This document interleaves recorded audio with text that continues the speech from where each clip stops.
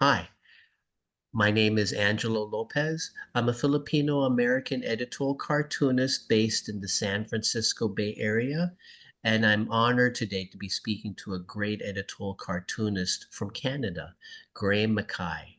Now, Graeme has been the editorial cartoonist for the Hamilton Spectator since 1997, right? And Yes. today we'll be talking about Hamilton, Canada, and Graeme's editorial cartooning career. Did I get your last name right? MacKay, Graeme MacKay. Okay, good. Okay. I looked at some of your YouTube videos to make sure and stuff. So, Good, good. You wouldn't be the first one if you were just call me MacKay or Graham. I get it all the time. oh, okay. Yeah, I wanted to make sure I got it right. So, Yeah. okay. Here, let me ask my first question to you. Stuff. The elections were just in November. What are your initial thoughts on Donald Trump's election in America?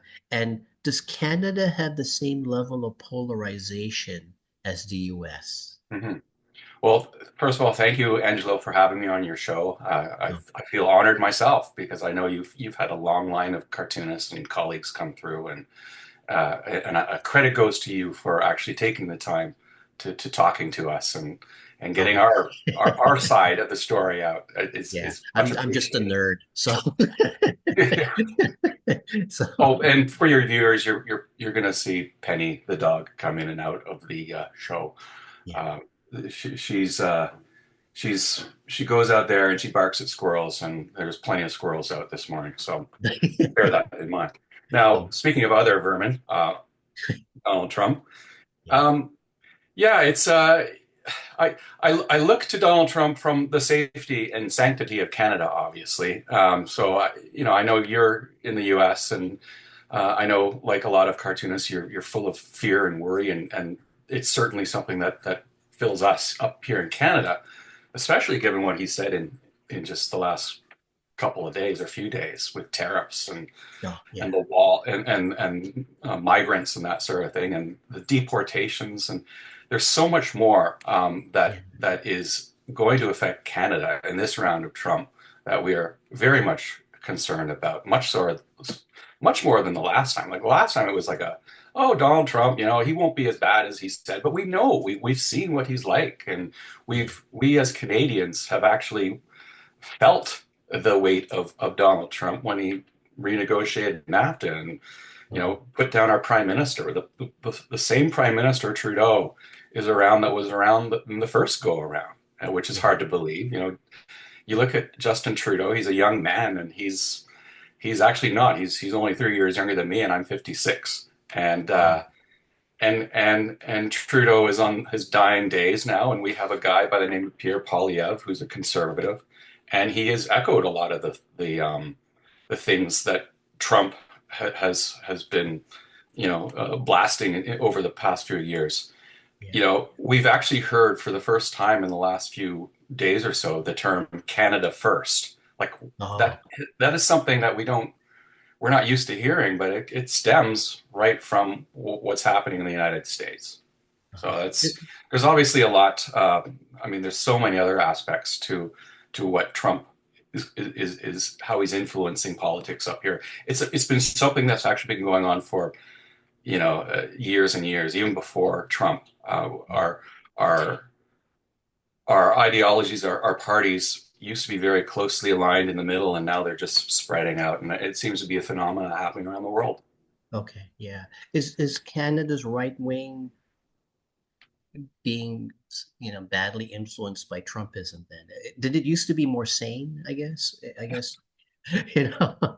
It used to be more sane. It seems as though conservatism in Canada has become more and more conservative through the decades. I was more of a progressive conservative. That's what it used to be called under the years of Brian Mulroney. Like Brian Mulroney was a great prime minister in the 1980s. He actually negotiated a free trade with Ronald Reagan and later George H.W. Bush. And Oh, then it was broadened to Mexico. So, like in the US, the Republicans and the progressive conservatives here are big free traders, and now we're seeing the undoing of it. I don't think the current guy, Pierre Polyev, is because our two economies are so entrenched now. I don't think he's advocating, Yeah. bringing, the Canada First thing doesn't mean that we're going to shut down the borders and bring in factories and manufacturing, and just abandon all the free trade deals that we have around the world. Yeah. But some of the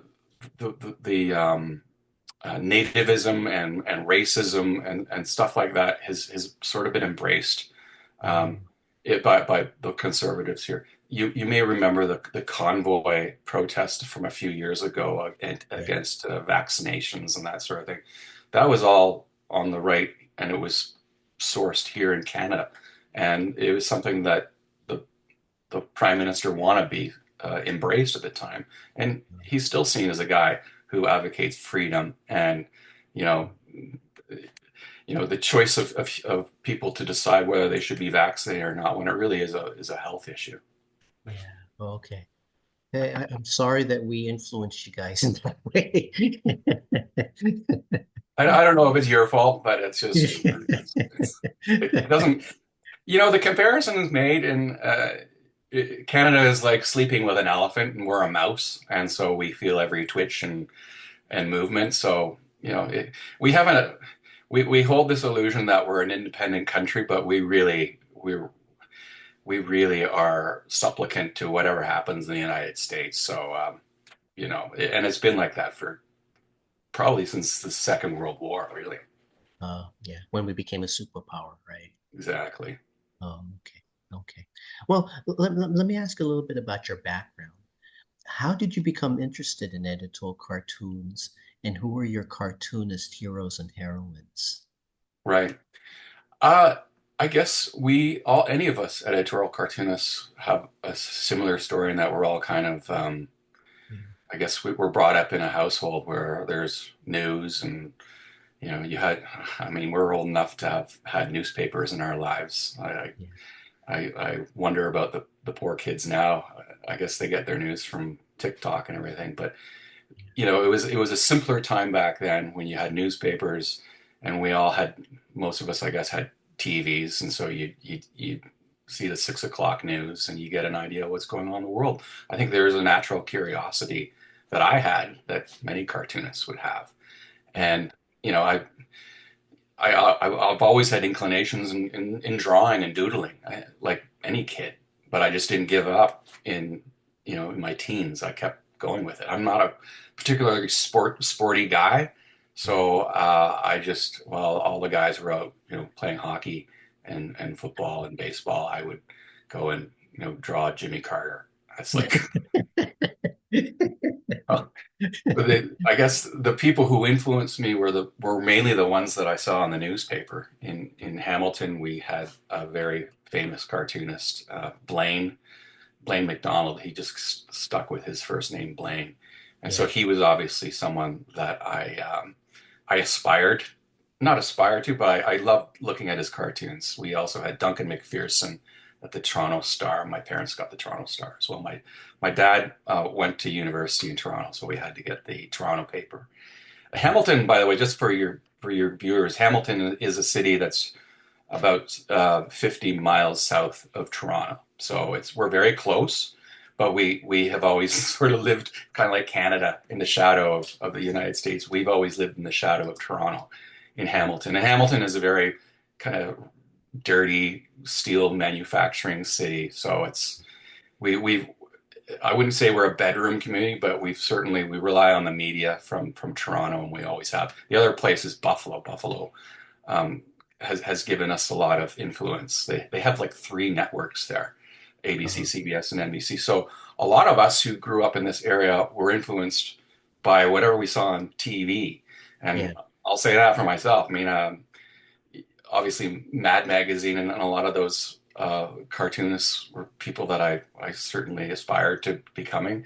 But Yeah. you would get like just you'd see the news from Buffalo or Toronto and some of the comedy shows and stuff like that that would come from the U.S. or from Canada. From the U.S. it was Saturday Night Live, so I got a lot of my satirical base from there, and in Toronto was SCTV. If you Yeah. know SCTV, that was a huge influence on my life. So um, there's obviously the the standard is, yeah, those cartoonists from those times were the ones that influenced me, but it was also, I'll say it now, TV was a big influencer as well. Oh, okay.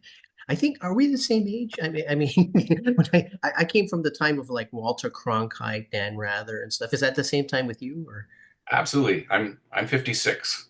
How old are you, Angel? You're 57? much younger. No, I'm 57 and stuff. So, Oh, wow. Well, we're like we're kids of the 60s then.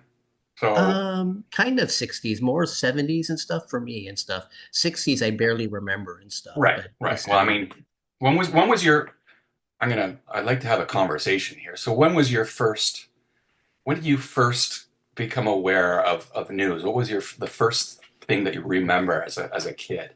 I barely remember Watergate and Yeah, stuff. So, so I have a vague memory, but my sharpest memory was the Ford Carter debates and stuff. And then I think the Carter administration was the first presidency I actually kind of focused on and stuff. yeah, And my impression of Carter was that I think it was a lot was based on my dad. My dad liked him as a person, but he kind of thought that Carter was in over his head and stuff yeah. and stuff. So Peanut farmer. yeah. Yeah, so that was sort of my first thing. So my fondest my big memory is 76 because 76 was the bicentennial and stuff. And for me, Yeah, that was a yeah, wonderful year and stuff. So yeah. Yeah. No, I think I'm with you. I think that, and I often say that my first memory was Jimmy Carter yeah. becoming the president. And I remember, I think I was in the second grade, and Fiona Carson Yeah. turned back to me and said, "Oh, they elected a peanut farmer in the United States, Jimmy Carter." That was Yeah. it. That was the beginning of my. Yeah. And that's funny that you should mention the Ford Carter thing, because that's dead on my memory as well. Yeah. But in Canada, it was the first Trudeau, the older Trudeau was president, right? Or was it prime minister, I Prime guess? Minister, yeah. Yeah, yeah. So the elder was that, am I right? Was that the elder Trudeau? Yeah, Pierre Trudeau, and much like you with your dad, I heard nothing but hatred for Pierre Trudeau from my dad through No. the 1980s. He was, or in the 1970s, he became prime minister in 1968, and then he went on with one break. I think he was booted out after the Progressive Conservatives came in 1978, and then Oh, they were booted out very shortly after because they were a minority government. And he yeah. stayed on until 1984. So the first 16 years of my life were, Justin Trudeau's dad, Pierre Trudeau. So when I got into that time when you're starting to like become a cartoonist, you're really aching for something better than the same guy who's been in charge for all those years. So when the new guy came along in 1984, Brian Mulroney, I saw the joy in my own dad. It's like, finally we have someone different, not this elitist goofball from this Ottawa guy. and Yeah. and so I sort of embraced the happiness that everyone was having. I was glad we were getting a change in Brian Mulroney, although he became as hated as Pierre Trudeau. Like, that's the thing, no prime minister leaves a loved person. They all leave hated. And the current guy, Justin Trudeau, is probably at the height of his of hatred right now by Canadians, even though he came in much loved. And it's I don't I for anyone who wants to be prime minister, or president for that matter, it's such a sad kind of thing where you come in and you're loved, and then you're going to leave, and it's going to be a mess, as we Yeah. see with Biden kind of. Yeah. Yeah. Yeah. I don't know. I kind of got off on a tangent there. Sorry, No, no, Angelo. no, no, no, no. It's okay. That's okay. So, okay. Well, here, quickly and stuff then. What's your process for creating your cartoons and stuff? So, Yeah, it's changed hugely in the last few days. Not days, years. It seems yeah, like that's days, quick. because I've had 27 years as the cartoonist at the Spectator, so my mind is going a little bit. But for most of that time, it was drawing ink on Bristol board, right? And the use of photocopiers and tracing paper and that sort of thing. And all Yeah. that died the day of the pandemic when I was working at the office Yeah. of the Spectator, and I could use their photocopier. That was just Yeah. an easy thing I could go to all the time, to shrink down sketches and then fit them into like a square. So I did that all the time. But with the pandemic, I was sort of forced to start doing what everyone else had been doing for years before the pandemic and going on the tablet. Like a Yeah. tablet was something I resisted. And I said, I'm never going to go on the tablet, ever. Yeah. But here I am, and I got like files and files of blank paper downstairs that I'll probably never draw Yeah. on Yeah. because I've just become so accustomed to the easiness of the digital era that we're in. And I I envy those. I think you're probably one of the guys, the old school guys that still works on paper and Yeah. actually uses paint. You use paint? Like, I water down acrylic and stuff, and I use it like watercolor and stuff. But I'm lucky because I'm no longer in a paper. I have time and stuff. yeah, I have time to wait for the ink to dry. I have time. Are you a daily or are you I am daily, yeah, so five a yeah, day, see, 5 a week. yeah, so like with me and stuff, I have the time to wait, for the ink to dry, for the Yeah, paint to dry and stuff. So if I have the time, I might as well take advantage of it and stuff. So if I was a right. daily, I'd probably be doing tablet too and stuff. So Yeah. Well, I guess you would have a little more time as well. Like I wake up in the morning, I read the paper, yeah, I try to find a subject that is something that's going to be interesting to people. yeah, And it's so hard now. Like when I started out, it was easier because you had three American networks. Here it was a couple networks yeah, and a bunch of headlines that all the newspapers were running. And yeah, now it's all over the place, and then the 24-hour news cycle changes like every hour. yeah, So like the news today of the fall of Assad is could be old news by tomorrow and taken over by something else. And yeah, so you got to really act fast, and you got to be really on your toes to find out what's the thing that people are talking about. yeah, And that's like the biggest hurdle I find. And what are the things that people care about? yeah, And then you gotta research what the stuff is about. So that takes time. yeah, So usually in the morning I'm working to figure out what I want to do, what's bugging me, and then coming up with some kind of like distilled version of my viewpoint. And it can yeah, be very challenging some days, and then other days I come in and it's like yeah, easy, bingo. This is a story. This is going to have resonance.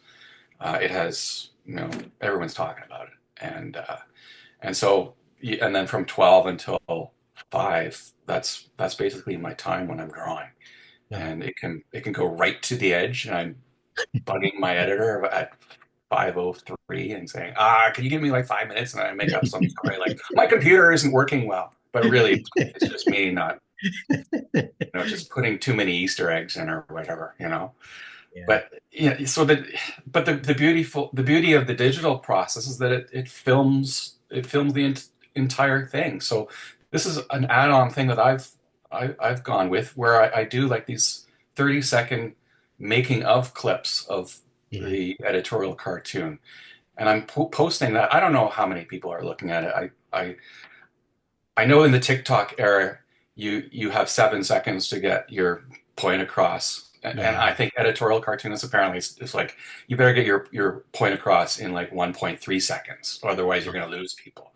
So there's yeah, that challenge, but if that's the way that the kids are getting their news, they have to get satire somehow, and if that's the way they're going to get it by coming across it, looking at cat videos and dog videos or whatever or yeah, memes that then maybe that will catch their eye. So I've been working on editing just the making of videos and making them interesting. And as I go on, I'm actually able to add animated sequences. So it's becoming less of a making of and more of like actually an editorial cartoon with added aspects. So I could put in sound, I could put in music, I can put in narration just to give context to what I'm drawing on. And I think I don't know. I don't know what people are thinking about it, quite frankly. I'm throwing it out there, and I enjoy doing it, and I'll probably keep doing it, yeah, and we'll see where that goes. But I think I think for a lot of us cartoonists, it's just a matter of just throwing stuff out there and hoping that it sticks to the wall.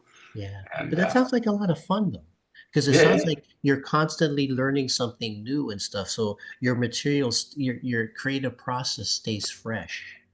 Does that make sense? Or well, yeah, and there's Mark Fiore is I guess he's the great guru of animation. He's done the yeah, thing, and Telnus is the other one that comes to mind, where they've gone to the next level and animated their the yeah, old standard of editorial cartooning.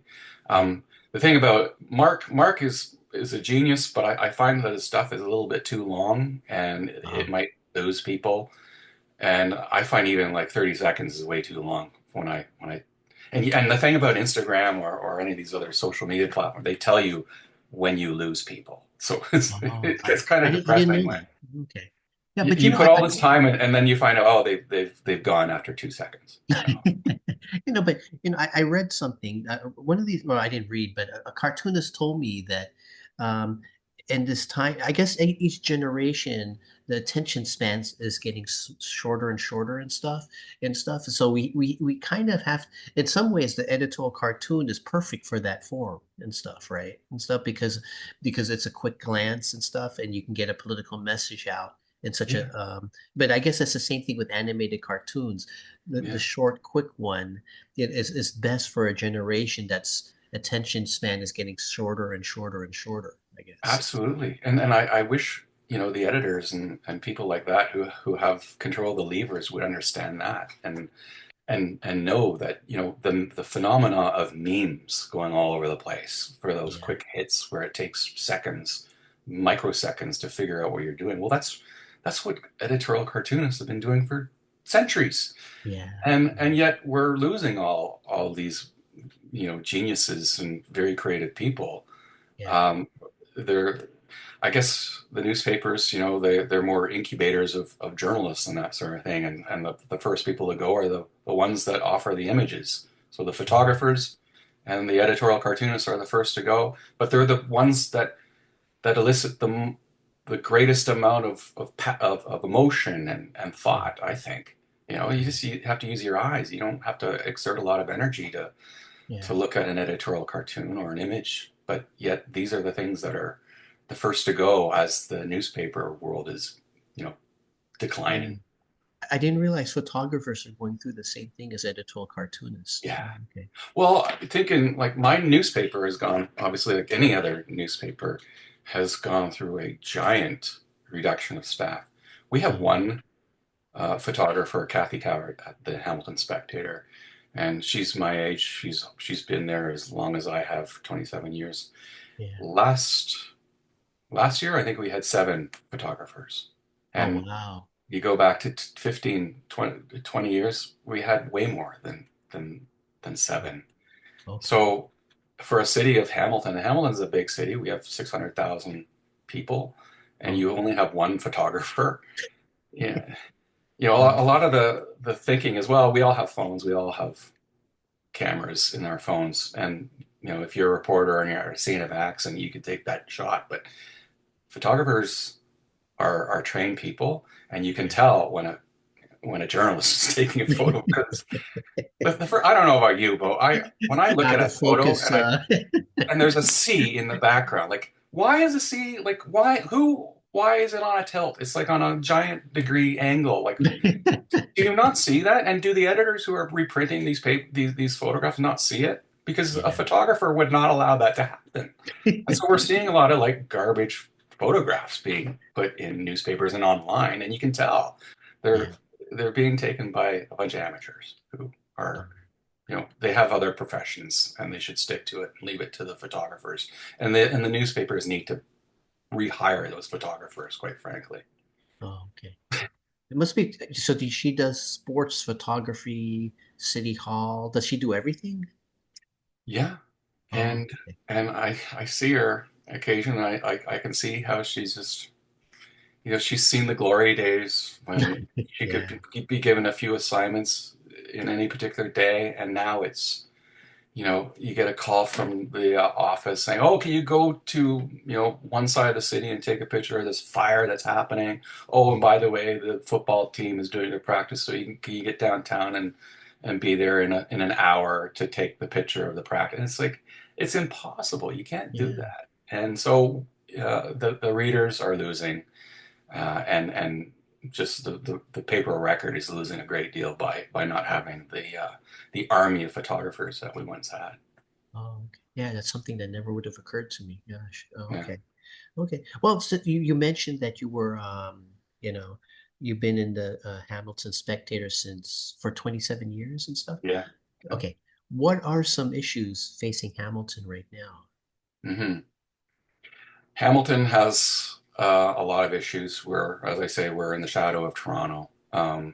So we are a blue collar city, much like Gary, Indiana, or Camden, New Jersey. So we have a lot of problems. A lot of the problems are sent off to Hamilton from Toronto. Like we have a giant homelessness problem in Hamilton. We've got a big uh, addictions problems. Um, Unemployment is a problem because well, we've become accustomed to the declining industry of steel. Like steel was the main driver of the economy for decades here. I'd Yeah. say up until the 1980s, and then free trade. A lot of the industries went to China and to India Uh, and to other parts of the world, and so with it, the jobs. yeah. And excuse me. Uh, so they've tried to reconcile that by making more specialized metal products and that sort of thing. But for the most part, it's really dried up, and the manufacturing jobs that have gone with it, Mhm. they've dried up too. So, like a lot of cities in the Rust Belt of the United States, we're trying to Mhm. find other areas of employment, and usually it's higher level, innovation, healthcare, the universities. Yeah. But they're facing all their challenges now. So we're in a bit of a mess right now with in the Yeah. post-pandemic world. Um, and the other thing, like in the pre-pandemic world, the transit was a big issue, and so we've had this big project, light rail transit thing that's been discussed and talked about to death, and I've done countless cartoons about it. Yeah. And now on the other side of the pandemic, there's no LRT, even though they talk about building this great LRT to shuttle people downtown. But if you don't have any jobs downtown, What's the use, right? what's the point? Yeah. The world has changed, and like just last a couple weeks ago, we have a beautiful downtown. Yeah, Yeah. unfortunately, it's seeing the ravages of time, and Yeah. because you don't have as many people there working. The big department store we had is long gone. We had several Mhm. department stores downtown. It's a beautiful square with a big statue of the Queen Victoria and on one side, um, and all these beautiful buildings that are 150 years old that are empty. And the promise of redevelopment is there, but then the demolition by neglect happens. They say, "Oh, well, yes, we'll build this shiny new glass tower behind it, but we will preserve the beautiful facade from the pre-Confederation period of 1850." And they're all falling apart. They're collapsing. Yeah. Like we have a big giant gap tooth now, right across from the place where we mark our participation in the wars, World War One, World War Two. The Yeah. cenotaph now has a big giant gaping hole in front of it, Oh, where just this past Remembrance Day on November 11th, they were still standing, and then like a few days later, they crumbled. Like three buildings, beautiful buildings, yeah. and it's all because of the developers just let it crumble. And what are they going to put there? A parking lot to serve who? Like Yeah. Yeah. it's becoming a bit of a wasteland, and I'm sure it's a phenomenon happening all over the place, Yeah. especially in our part of the world, in the eastern part of North America, with these old cities that were once big giant industrial places, and now they're getting hollowed out, and we're literally watching Hamilton turn into a donut. The middle is just in decline. and all the people are in the suburbs, and they commute to the big cities. In this case, Toronto, Mississauga, Oakville, Oh, and it's just a sad kind of thing. On the other hand, I'll say this about Hamilton. I don't want to like totally like depress your viewers, but Hamilton is part of the Niagara Escarpment. You know, oh, we have Niagara Falls just down the highway, and so we oh, have what is called the Niagara Escarpment. This place that we inhabit, Lake Ontario used to have the shoreline that extended way past the current shoreline. So we have behind where I live here is the Niagara Escarpment, and we have wonderful waterfalls that go down there. Like we tried to like call ourselves the city of waterfalls, but how do you compete with Niagara Falls when they have the most famous one? So we've yeah. tried. It's still a secret though. We have a lot of great trails here, and we have a Carolinian rainforest here. We have like our own Oh, little microclimate here where you can go out and wander in the trails, and we got so many of them here. yeah. And you can find like habitat that you don't find anywhere between here, but you'll find it in North Carolina. So you can find these like salamanders and things when you lift Oh, up wow. rocks. And for a nerd like me, it's always been a fascinating thing. And we got plants that can grow here that don't grow anywhere in Canada, and they don't Yeah. grow anywhere in like Pennsylvania because we Oh, have this strange. It's the escarpment kind of shrouds, I guess, the wind of the north that comes down, and it creates a bit of microclimate that allows for species of warmer climates to thrive. So, if oh, for anyone who's up here to see Niagara Falls or Toronto, stopping in Hamilton because we got some very nice trails to go and visit. oh, that So sounds so cool. That's so, there's my well, plug and my criticism of Hamilton. oh no, no, no. I always think that every place has its combination of good and bad, right? And stuff. Sure. And it's good to have a more realistic view. If you only look at the good and stuff, then you ignore the bad. But if you only look at the bad, you fail to see the good stuff. And Where is this? Where are you? Where are you? You're in California, but where? I'm in San Francisco, in the San Francisco. I'm in Santa Clara. It's just above San Jose. But Yeah. even the Bay Area. I've lived here since '76 in the Bay Area, but um, there's still a lot about this area that I don't know. My wife and I, when a few years ago, we were traveling around the Bay during the summer just to discover stuff, and that was kind of cool. Like I didn't realize it, but Charlie Chaplin's first studio wasn't in Hollywood; it was in Fremont, which is Really? just like, yeah, I didn't know that. We just happened to be at in the summer. I don't know if this is true in your area, but in the summer in the Bay Area, they had these art and wine festivals Yeah. and stuff. And so we'd go, and we were in Fremont, and I just saw this little studio, and it said, I read it, and it said, "Oh, this is Charlie Chaplin's first studio." And I said, "Oh." That took me by surprise and stuff, but I'm sure all over the Bay Area there's a lot of cool stuff. It's Oh just yeah. I have to discover it, and there's a lot of nature that I Oh don't yeah. know about and stuff. Oh So yeah. I think it's the same with you and stuff in Hamilton. Yeah, but you almost have to become a tourist in your own neck of the woods. Like we had our convention. I remember seeing you in San Francisco, Wes Tyrell and I, Yeah. and I don't like going across the country or the continent without like giving myself a few days to travel around and see the area. So both Wes and I took a tour around the Bay Area and went Oh, actually north and into to Santa Clara as well. So, you know, obviously the place to go, everyone knows about Charlie Brown and Charles Schultz. So oh yeah, that's, yeah, the Santa Rosa. but, but of course it was, yeah, that's the other thing is I get confused with all the Santas and the Sands in Yeah. your area because they're all over San Rafael and Santa Rosa and all this. But I was confused. Santa Clara is south, right? So it's south of the bridge, right? South of San Francisco, north of San Jose.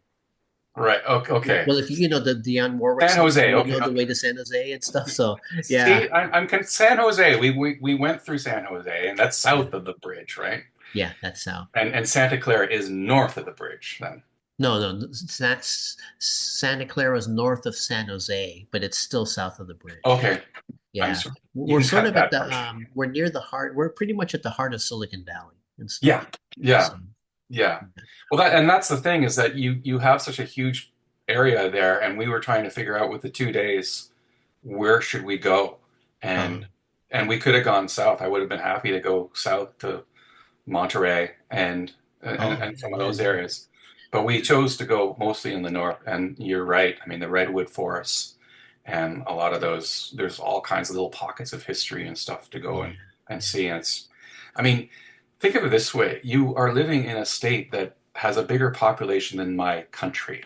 California is huge, and it has all kinds of nooks and crannies that you're going to find across this country, but it's not within driving distance like you guys. Like, and the thing about California is that you got San Diego and LA and then the Bay Area. It's like everything is just clustered in there. So you're kind of like a European, a yeah. heavily populated European country there. And I say do what you can to go and see all the places because you never will because there's so Oh. many of them there in California. Well, thank you and stuff. Actually, there's one thing I forgot. If you do go to the Bay Area and stuff, um, if you go to the Presidio, there's a Walt Disney Museum there, Yeah, and I there's was a there. George. I went there. Yeah. Oh, you did. There's also a George Lucas. Yeah. It's a 2-minute walk away from the Disney Museum, and there's a Yoda statue and stuff. So, so next time you come, if there's another convention here and stuff, you know, go to the Presidio. I mean, I got a little taste at the Presidio with the Walt Disney Museum, but we were there for such a short time, and it was Yeah, a beautiful day back then during the convention, yeah. and there was the air show was going on because it was Fleet Week, and the park there at Presidio was just teeming with life and it was October, but people were out there. It was like 80 degrees, and it was there. Look, we were going by all these things. Oh, we have to come and back and see that. Well, my flight's like tomorrow, so Yeah. we'll have to do that on a different trip. But you're really living in a great part of the world there, and yeah, the Disney Museum was fantastic to go to. Next time, I'll have to check out the Lucas Museum. Okay. I'm good. Okay. Okay. Okay. Well, okay. Here, next question. I looked in your website and you wrote a blog describing some of the problems you had with intellectual property violations that you had with a Chinese company called AliExpress. Is that right? Yeah, Stuff. yeah. Now, what were the issues involved, and why should other cartoonists and artists be concerned about those issues? Right. Well, I guess my other means of making some kind of money and using, exploiting my knowledge. I went to university, I took history, so history is a big passion of mine. Um, I'll show you something I have Oh, as a okay. little plug for what I do. Like this is Okay. the sort of thing that I do in my spare time. I do illustrations of historical figures, and so Oh, I'm yeah, a yeah, yeah. major, got a major in British history. So here we have like a chart of all the monarchs. So there's Charles, and then you Oh, can go up, and then you got like William the Conqueror up there. So oh, that's it, so cool. it's so it takes a lot of time to do that, and it's a passion of mine. And so I sell these little images for other nerds out there who want to go around with cartoons of King Henry II on their and believe it or not, there are people that do that. Oh, I've also done this for presidents of the United States. It's amazing how many fans there are of Millard Fillmore or Franklin Pierce. We've just passed the Christmas big buying season, so I'm getting all these like notifications from my main manufacturer products. I supply the designs to Redbubble, and Redbubble makes it available on various products, cups, t-shirts, oh, clocks, okay. socks, and like there's like 100 different things that they put my designs on, and then I get like a Oh, little tiny royalty, but it adds up. It's a few $100s that I get per month. yeah, Um, but when you throw stuff onto the internet like that, it's subject to being ripped off. And one of the biggest rip-off companies is AliExpress. And they have I'm not totally clear, but I think it's similar to people that use Amazon.com here. yeah. There's other smaller companies where they can sell products, designs on products, and things like that. Yeah. And there's a lot of like copyright infringement that happens. They're lifting designs, they're low quality. Like all the images that show up on my Redbubble pages are all low resolution images. Yet these outfits are using them to print on T-shirts and things like that. So this is what's happening in AliExpress, Chinese company. They I discovered hundreds of my designs were being ripped off, and they have Wow. a very I'll give it to them. AliExpress does have a way of going after these pirates who engage in this practice. Yeah. The thing is, it's so the products. If you ever go to AliExpress or Shein or a lot of these Chinese internet companies, they're providing stuff for Western consumers at a very cheap price. Yeah. So I see something that I sell on Redbubble, like a cup would go for like $20, but on AliExpress it's being sold for like $3, Oh, and they even pay for the postage. So it's really a system that really rips off artists. They also like really do terrible things. Like they rip off the recipes of Botox and drugs, and they sell these wow. drugs at a very reduced rate to Western consumers, and it's gotten them into a lot of trouble.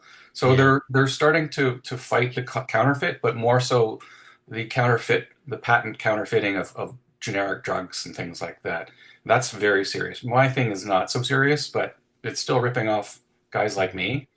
And so they have a system where you can go and you can file counterfeit protests, complaints, and they actually do act on them, and they act on them very quickly because they're getting the wrath of the EU and organizations in the United States. Because if Yeah. they don't do something, they're gonna get shut down.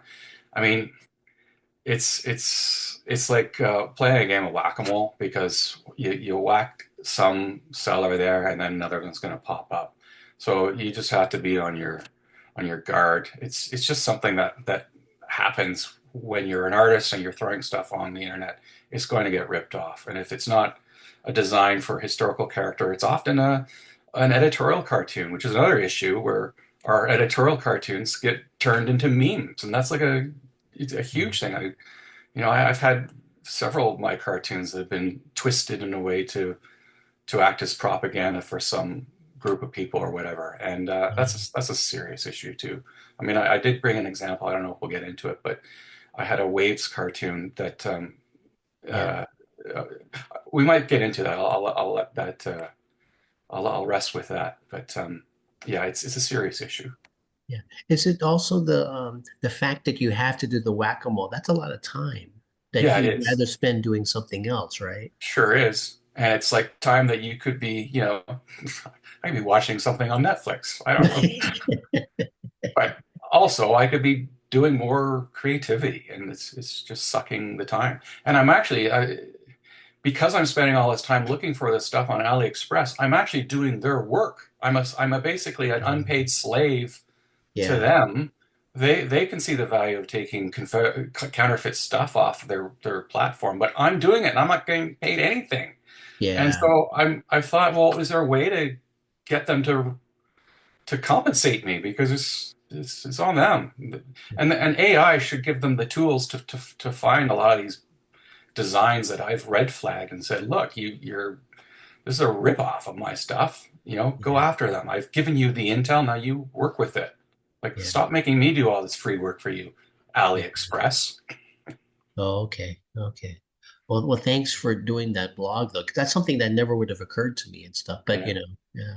yeah. But yeah, you're doing, I guess I think your thing is like a warning and stuff that helps Yeah. other artists know because, for me, I'm pretty bad with merchandising and stuff. But at some point I would love to do a mug or something or something like that. But yeah, but I guess how do you find a company though to do stuff like that? A reputable company that you trust. Yeah. That is a tricky thing, because I'm here in Canada, and we do have our Canadian Yeah.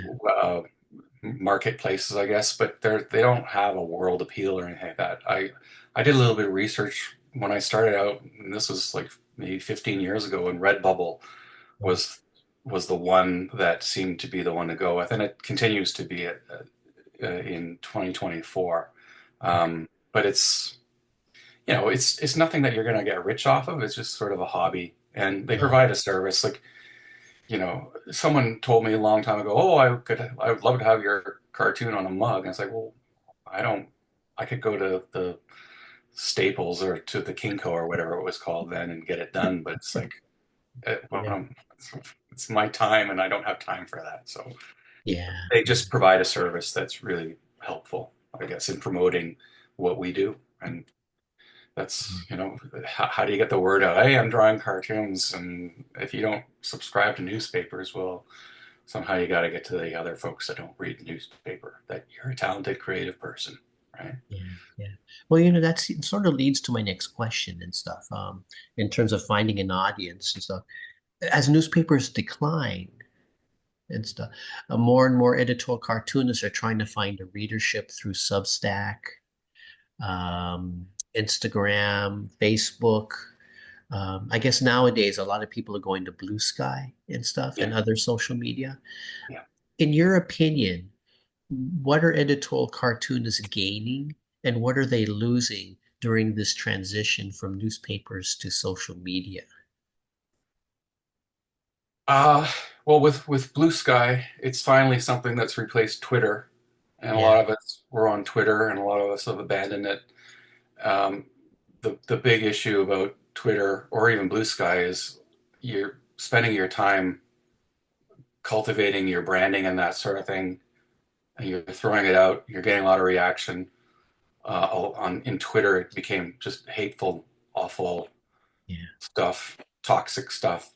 In Blue Sky now, I'm getting the sense that it's like Twitter was, in 2010. It's very polite and nice, although I'm now starting to see yeah, the bots come in and with their creepy DMs, and there's porn people. I'm just following everyone, and then I go back and I see who I'm following, and then I'm noticing, spending time looking at some of the characters I'm following. I'm thinking, oh, maybe that wasn't a good idea to follow yeah, Busty, Bonnie, or whatever. But I'm I'm I think the great thing about social media is that I think people really want to engage, and it's a great tool for people who are voiceless, and yeah, they want to get their opinions out, and that's the luxury that we cartoonists have had yeah, with our cartoons. And along comes social media, and there's a lot of voices going on, and so we're adding our voice, even though we have our cartoons out there that should have been plenty. But when people start asking you questions and like insulting you, you're inclined to respond. And my boss has always told me, don't engage, but it's so hard. And eventually you do disengage. A lot of people have disengaged from Twitter. And they've come to the realization, well, why did I spend all that time anyway? I wasn't making any money. It was really wasting time. yeah, But I think there is something to be said about, I think there is a need to engage with people, and there is a positive side with engaging and bringing democracy into the discussion. If you can weed out all the hateful people, there is something about it. Substack is something that actually does something that no other social media has done up to this point, which is you can now make money. And I yeah, know cartoonists who are making a big chunk of money now, and it's replaced whatever money they were making when they were working at newspapers, and they no longer have newspapers anymore. yeah, And they're success stories. And when I was at the convention in Montreal, I was speaking to a few of them, uh, one from Canada, one from the United States, and they are both saying the same thing. This is where the journalists are going. This is like the desert island, as the platform that we know of newspapers is disintegrating before our eyes. yeah, Somewhere, these creative producers of content have to go somewhere, and they have to make money. And it's not Blue Sky, ain't it? And neither is Twitter or Facebook. It's a place like Substack. I guess Patreon also has provided this. oh, Um, okay, so I got involved on Substack, and I'm using that as my landing spot, a foundation for where I can go.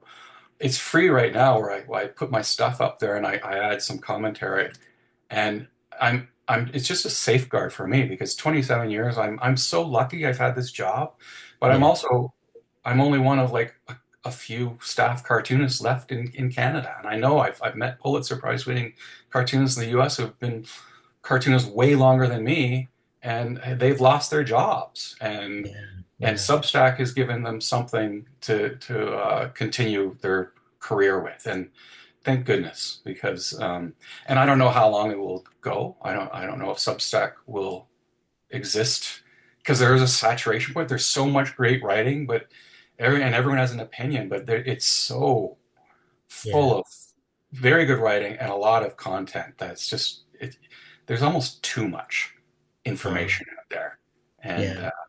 I I don't know. I'm just again, it's like throwing spaghetti on the wall and hoping it How have sticks. you liked it so far, though? I mean, have you enjoyed Substack? It sounds to me like Substack's the one that fulfills what you most want and stuff. It earns money, but it also gives you a platform where you don't have to worry about trolls, I guess. Is that right? I'm not in Substack, but Um, you know, yeah, I'm getting the hints. Like I don't have all the time in the world to investigate all these platforms or anything, but when you go on there and you see some of the content, you're also put in these echo chambers as well, which isn't very yeah, helpful. You're not reading the other side of arguments. yeah, You are starting to see the trolls appear. I was uh, just reading today that Substack has become the new Twitter for trolls, and so they're coming in. They're coming into Blue Sky. I think there's some moderation things that you can adjust to keep these people out. So yeah, they are learning, but it's anyone's. I can't predict if Substack will be the thing that it is now a year from now. I sort of have my doubts because we've been burned before by these mm, things, but yeah, it provides somewhere to go right now and some hope yeah, because what we do satire is or journalism storytelling. I have a daughter who's taking journalism right now, and a lot of people think why would you bother, like, well, why don't you send her into nursing or something? And I'm saying, well, because we have to tell the stories. Journalists yeah, have to tell the stories, and the satirists have to be there to make fun of the powers. And yeah, the platform may be dying, but we just have to find another alternative means to get our word out. And the thing is, it costs a lot of money to print newspapers, yeah, and there's a price to pay for that. There's also a price to pay for getting your stuff out on the internet. Like a lot of people don't realize the amount of electricity and yeah, power that goes into all that yeah, generation, and nothing is free. You yeah, have to pay for the means of getting your word out or your cartoons out, yeah. and that's where we're at right now. How do we get our creativity and our message out? Yeah. Well, tell your daughter that, even though it's a difficult career, it's an important career because I've been covering the situation in the Philippines and stuff where Duterte and Yeah. now Marcos, you know, uh, I think the Philippines shows the importance. When an autocrat attacks journalism and stuff, you realize how important journalism is and stuff. Oh yeah. And what at the Philippines is just like that's talking earlier about our knowledge of news. I mean, go back to the Marcoses and just Yeah. and all this like I guess Aquino came through and she provided some hope with Yeah. the yellow revolution, I believe. Yeah, And yeah, the people power with all the yellow shirts. You know, my yeah, my cousin was a part of that. is that She right? doesn't, yeah, she doesn't realize this, but I kind of view her as a hero, a heroine and stuff. I'd never say that in front of her, but but I've always viewed her as kind of a hero to me and stuff because she was part of the revolution. Also because she's just a good person, but Yeah, also she showed courage. She marched and stuff. So yeah. I always thought, Oh wow, yeah. she's pretty cool and stuff. So Yeah. Well, yeah, that's you have your roots in a country that has dabbled with democracy, and there's so many countries like that, and then that they revert back to like authoritarianism, and yeah, it's just like it's part of the culture. You go back and forth, you experiment, but you just can't get that yeah. that horrible nepotism and greed and just Yeah. It's old coming back. Garfield. And it, Sorry. but It's coming. and that's what makes it difficult for us as we're living in these. Oh, there's this horrible, the corruption in our parts of the world are nothing compared to the corruption going on. Like Oh, we like to think it, and we can be fear mongers about what's to come, and we have lots of justification, but nothing like Philippines or yeah, Syria yeah, or Russia. Like, yeah. and so, you in our world, we have editorial cartoonists in North America, and then we have these editorial cartoonists in these horrible, ravaged countries where there's no democracy, yet they Yeah. really are They're heroes very for courageous. Yeah, those editorial absolutely. cartoons. Yeah, Yeah, I hear whenever I listen to cartoons, in the conventions I meet foreign cartoonists and stuff, right. and I'm always amazed at their stories and stuff. Yeah, yeah. And like I'm not a courageous person, but when I listen to them, a, a little bit of courage creeps up in my soul and stuff. Oh, yeah. But it's again, it's like, is it courageous to go and draw a cartoon about some 1% tax levy increase in your compared to like I'm with Syria, Ali Ferzat, he entered my mind. He was that brave cartoonist in Syria who had goons come and show up at his house and smash his hands Smash with his a hands. hammer. Yeah. Like that's the price you pay for just expressing yourself. And like what nothing like that has happened to me. I get like curse emails from people. Like that's Yeah. there's I nothing talked no to comparison. Zunar. Yeah, yeah. I talked to Zunar. He almost Dunar, faced up to 40 years in jail. yeah. And he Oh, I didn't know. stop and stuff because he felt that I think that's the thing is that I always feel like I appreciate my when I listen to those cartoonists, I appreciate democracy more. Does that make sense? Or yeah, Yeah, absolutely. And they see, in the world that we're all living in, they see the stuff that we do, and they know the power of satire a lot better than we do because, it really they know the history and how satire eventually does affect yeah. the population. And you look at Thomas Nast, he was one. He was able to get to the He got that illiterates mayor, of, right? yeah, he was able to get to the illiterates, the Irish community, to vote against, the corrupt mayors and the. Yeah, So, we live in these democracies, but we also have our little dabblings of authoritarianism, and that's we look to these terrible countries as well. That could be us, yeah, and we're here to try to be soldiers in our own way of preventing that from happening. And yeah, satire, I like to think we it's an instrument that we as Democrats can use, or people in yeah, democracies can use. yeah. Okay. Well, mentioning satire, you in 2018, you started a comic strip, Young Doug Ford and stuff, Yeah, right? What's that comic strip about? And what do you like about the comic strip format as opposed yeah, to the single panel format? yeah. I guess I envy some of the cartoonists out there that can do comic strip form Yeah, art and create satire. And but the thing about this is a cartoon that I do of our premier Doug Ford. You may remember his brother Rob Ford. He was the famous mayor of Toronto who um, he was the crack cocaine smoking mayor of Toronto. sort of Uh, like Marion Barry a couple of yes, decades ago. he was a train wreck, Yeah. jolly fellow, but a train wreck. And sadly, he died of cancer not long after he was mayor.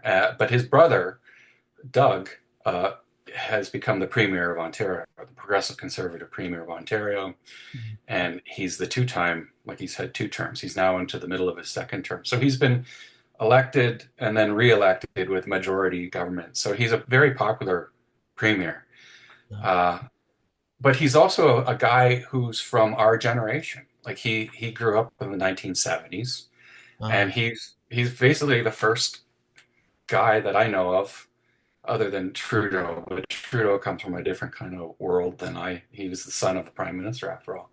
yeah. But Doug Ford is a guy from Etobicoke, which is very much like Hamilton. It's a southern Ontario city, Yeah. and I I know what that character was like back in the 1970s, and here he is, and I have him portrayed as like this, headbanger, long-haired goofball from the 1970s who loves Helix, the rock band, and he and his buddies are smoking dope and drinking beer all the time, and just getting up into, you know, hijinks and causing a little trouble. So what it is kind of like an investigation into the roots of our premier as a as a kid, and I'm just using my own experience as a similar age guy. What it must have been like as a young Doug Ford growing up, and I know who he was. He was that badass bully guy who lived on the street who would pick on guys like me. Yeah. And so that's what it is. It's not even it's less about satire and more a nostalgic Yeah, yeah, I was going to outlet say for that. me. Sort of like American Graffiti was for Yeah, George Lucas, I guess. Or yeah.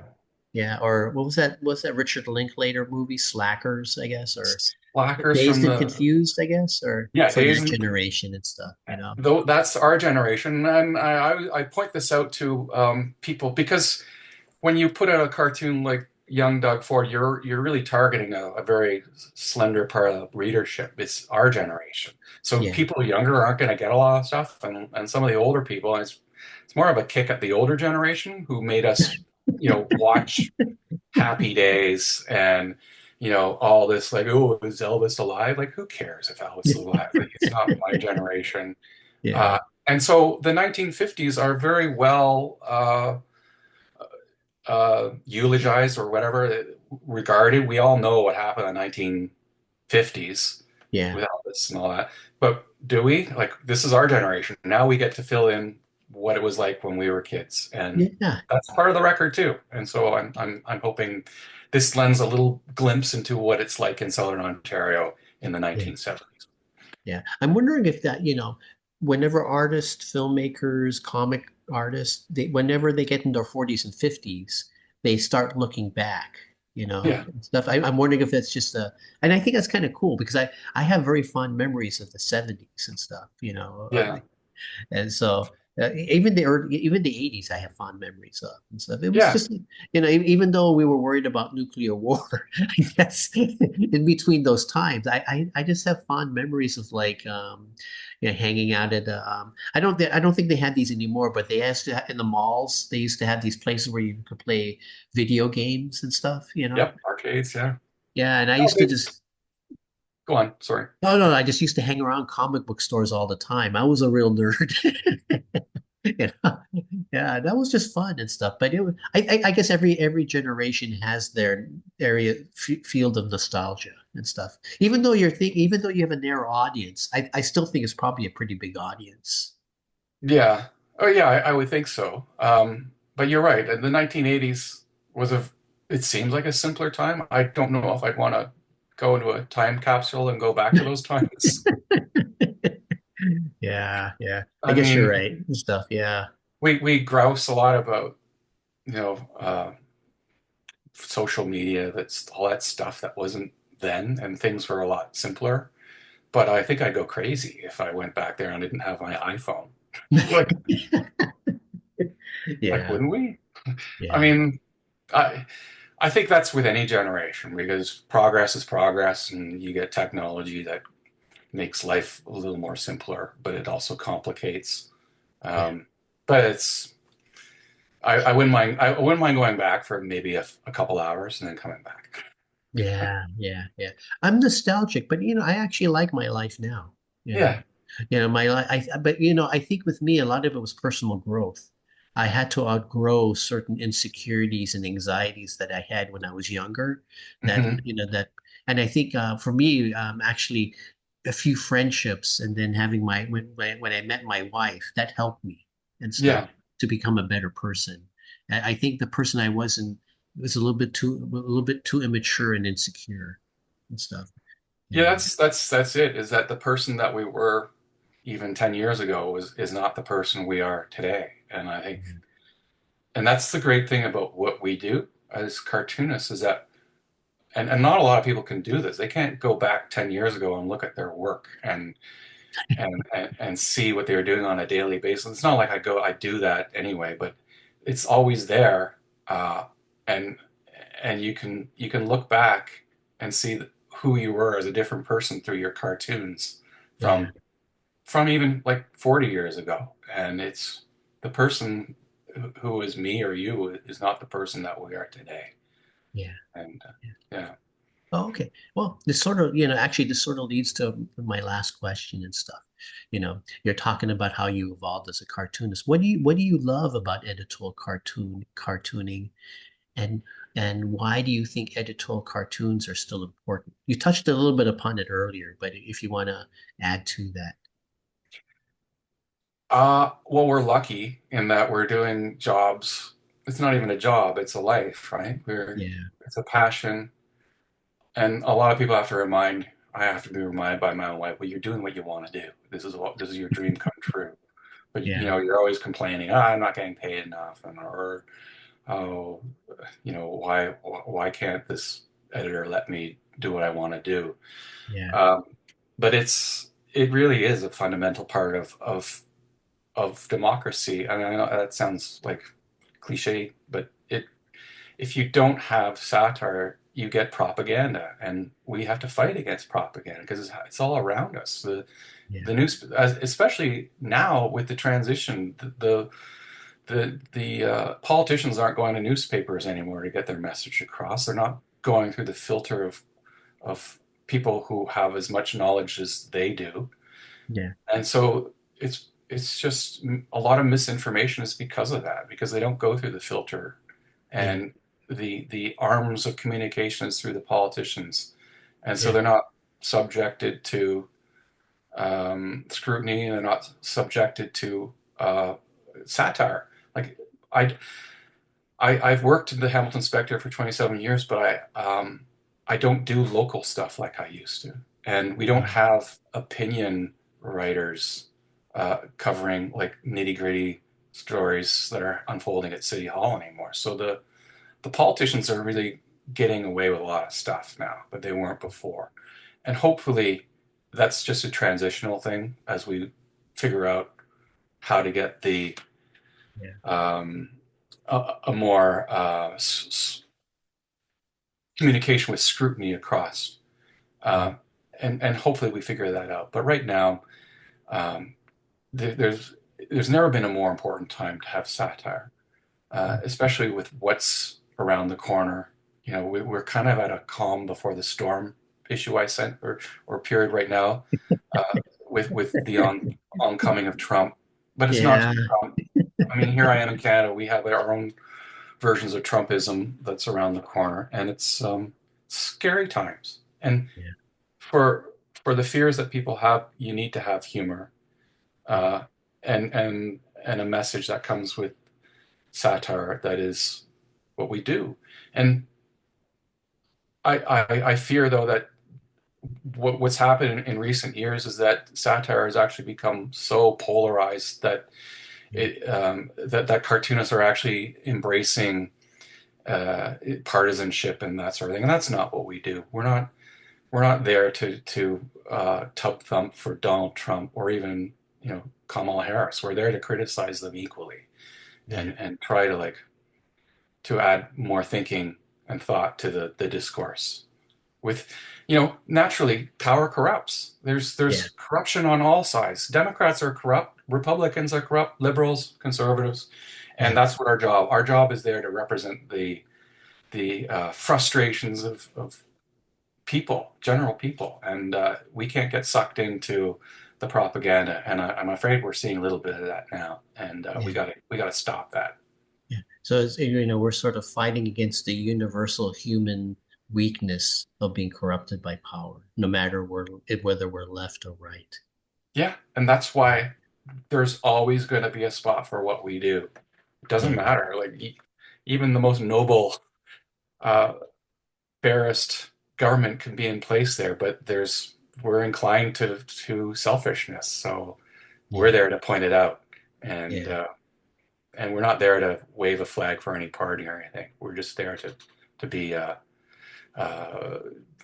barometers of the times that we live in. I, Oh, that's all I oh. can say. Okay. Well, thank you very much and stuff. So, yeah, I enjoy talking to you, and it's good to hear different perspectives because I like even when you talked about Canadian cartoonists. Whenever I talk to foreign cartoonists and stuff, and um, I learn about cartoonists I never knew before. Then after the talk, I look it up on the internet, and I Yeah. and I look up their work and stuff. So, thank you for introducing me to a few new cartoonists too. Well, it's been a pleasure, Angelo. And hey, anytime you want me back, I'm happy to talk. But I Oh look yeah, forward to meeting you in the future at more conventions. So let's forge ahead and hope that we're still around. And I'm sure yeah. we will. When's the next convention? Do you know yet or no? I believe there. I was in the Montreal one. You weren't there. You should No, have I been. wasn't. No, I had to caregive and stuff, so I I couldn't go. understand. But Yeah. I hear rumors that it may be in Chicago or Columbus. Oh, okay. So make it there. There's no Okay, I'll excuses try. this time. I'll try. Okay. Okay. Okay.